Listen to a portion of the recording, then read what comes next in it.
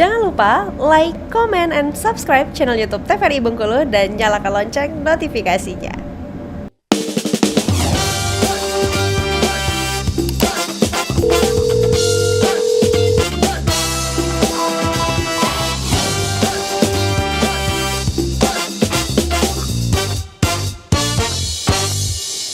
Baik, kembali pemirsa di Dokter Kita TVRI Bengkulu bersama Kita Sehat hari ini, dan kita masih membahas tentang penyakit autoimun ataupun juga lupus bersama Dr. Elsa dan juga Agung nih. Nah, sebelum kembali ke slides, dokter ada pertanyaan sedikit tentunya, menular nggak sih nih penyakit?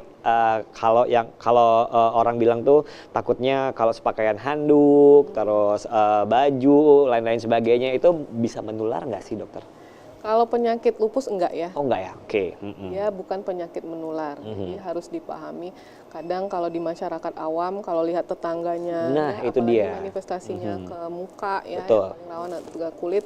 Ada yang bilang ini penyakit kutukan, Iya. ya, penyakit dari orang pinter, Betul. seperti ya. Tolong dibenarkan, Betul, diluruskan lah ya istilahnya. Kalau ini adalah penyakit lupus yang pertama tidak menular, dan bukan penyakit yang digudang-guna. Tetapi memang dia sensitivitas dari autoimun seseorang itu sendiri. Karena kita nggak tahu ya seseorang itu, dan mungkin waktu dianya pada usia anak-anak, remaja, dewasa muda, dia nggak ada problem sama autoimun sama sekali. Tapi waktu dianya dewasa tua misalnya ya, udah berumur 40 tahun ke atas, barulah muncul autoimun ini. Nah, jadi hati-hati, jadi jangan menjudge ya, seseorang yang terkena lupus. Mari bersama-sama kita hargai, kita sama-sama support supaya dianya itu mencapai tingkat kesembuhan. Oke, jadi intinya jangan takut dan jangan dikucilkan juga ya untuk orang-orang yang terkena penyakit lupus itu. Agung bilang tadi harus disupport ya, Agung ya. Oke, baik. Nah, kalau gitu lagi silakan untuk slide-nya kembali, dokter. Lanjutkan. Nah, ini yang jenis-jenis tadi, ada sistemik lupus, yang SLE itu ada cutaneous, ada yang drug induced. Nah, drug induced ini juga banyak juga. Ini hati-hati yang pemakaian obat yang tidak sesuai dengan aturan, pemakaian obat yang nggak sesuai dosis ya, atau pemakaian obat yang sembarangan, ini juga bisa memicu. Jadi walaupun mungkin secara genetiknya atau di dalam tubuhnya itu sudah ada resesif atau pembawa dari SLE, namun kalau dianya itu nanti dicetuskan lagi dengan pemakaian obat yang tidak teratur, pokoknya tidak sesuai dengan saran dokter lah, seperti itu, tidak sesuai dengan aturannya, dia bisa memicu lebih cepat manifestasi klinisnya itu ya. Jadi ada drug induced juga. Terus ada neonatal lupus. Nah, jadi ada juga anak bayi yang kena lupus, tapi jarang ya, kasusnya sangat jarang. Itu balik-balik lagi karena berarti ibunya yang menurunkan lupus ke anaknya. Jadi kalau ibu hamil dengan lupus itu harus dengan kontrol yang sangat teratur. Jadi ada kerjasama dokter kandungan sama dokter penyakit dalam. Nah, ada obat rutinnya untuk ibu hamil, dan itu harus dipantau secara detail seperti itu ya. Kalau pada ibu hamil plus lupus seperti itu. Oke, kita lanjut. Nah, kalau kita bicara perjalanan penyakitnya ya, perjalanan penyakit, kita lihat yang paling pertama itu adalah genetik. Ya. Jadi sekali lagi genetik nanti dibarengi dengan lingkungan ya, faktor risiko lingkungan. Nah, barulah nanti dianya akan bertemu dengan imun yang abnormal ya, autoimun, kita sebut autoimun tadi. Nah, karena ada salah satu yang menyimpang di dalam tubuhnya itu, maka terbentuklah autoantibody yang kompleks seperti itu. Nah, barulah terjadinya inflamasi, maksudnya itu adalah peradangan. Nah, yang ini yang mencetuskan atau memanifestasi klinis yang lupus tadi. Nah, dia bisa di organ mana aja ya. Ada di sendi-sendian, ada di ginjal ya, terus ada di ada di hati seperti itu ya. Di semua organ dia bisa, terutama juga di kulit ya manifestasinya. Nah, ini manifestasi klinisnya ya. Bisa dilihat dari gambar ini. Jadi dia bisa dari ujung kepala sampai ujung kaki bisa bermanifestasi. Dari rambut dia bisa mengalami kerontokan ya, bisa mengalami sakit kepala yang terus-menerus. Terus di wajahnya yang butterfly rash tadi ya, terus di mulutnya sariawan yang tidak kunjung sembuh-sembuh. Nah, juga hati-hati ya.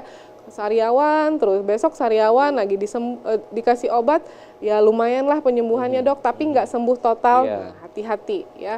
Terus bisa di paru-parunya, bisa di hati, bisa di semuanya ya, karena dia kan autoimun itu kan di semua sel sama jaringan tubuh kita ya. Jadi dia bisa menyerang semuanya. Ada terutama yang paling banyak juga di tulang-tulang persendian. Nah, ya tulang-tulang persendian biasanya ibu-ibu atau bapak-bapak yang datang itu pasiennya dia nyeri sendi, terus sudah kita kasih terapi, misalnya ya, kok nggak kunjung sembuh-sembuh, curigai juga, takutnya adalah lupus. Ya. Tidak selalu semua nyeri sendi itu lupus, tapi salah satu manifestasi lupus itu adalah nyeri sendi yang berulang, yang tidak sembuh-sembuh sesudah diterapi. Artinya tidak respon lagi dengan pengobatan yang seharusnya kalau memang dia nyeri sendi itu respon dengan pengobatannya berkurang nyerinya seperti itu. Nih, gejala artritis atau nyeri sendi 93% paling sering ya. Dianya itu biasanya di siku, di pergelangan tangan, di pergelangan kaki, pokoknya di semua sendi-sendi di tubuh kita itu biasanya nyeri. Bisa diikuti dengan bengkak ya, diikuti dengan bengkak, kemerahan ya. Hati-hati misalnya, awalnya kita ngiranya mungkin kebanyakan asam urat nih dok. Kita cek asam uratnya, mungkin memang pertama-tama dia memang asam uratnya tinggi. Terus kita terapi, asam uratnya udah normal, tapi kok masih nyeri juga. Masih bengkak juga. Kita harus curigai lupus ya. Nah, ini manifestasi klinis kalau yang di kulit ya. Jadi dia fotosensitivitas. Artinya kalau seseorang lupus itu dia terkena sinar matahari, dia akan merah semerah-merahnya badannya itu. Dia sangat sensitif terhadap matahari ya. Kalau dia kena matahari, tiba-tiba nanti bisa muncul langsung butterfly rash-nya itu ya.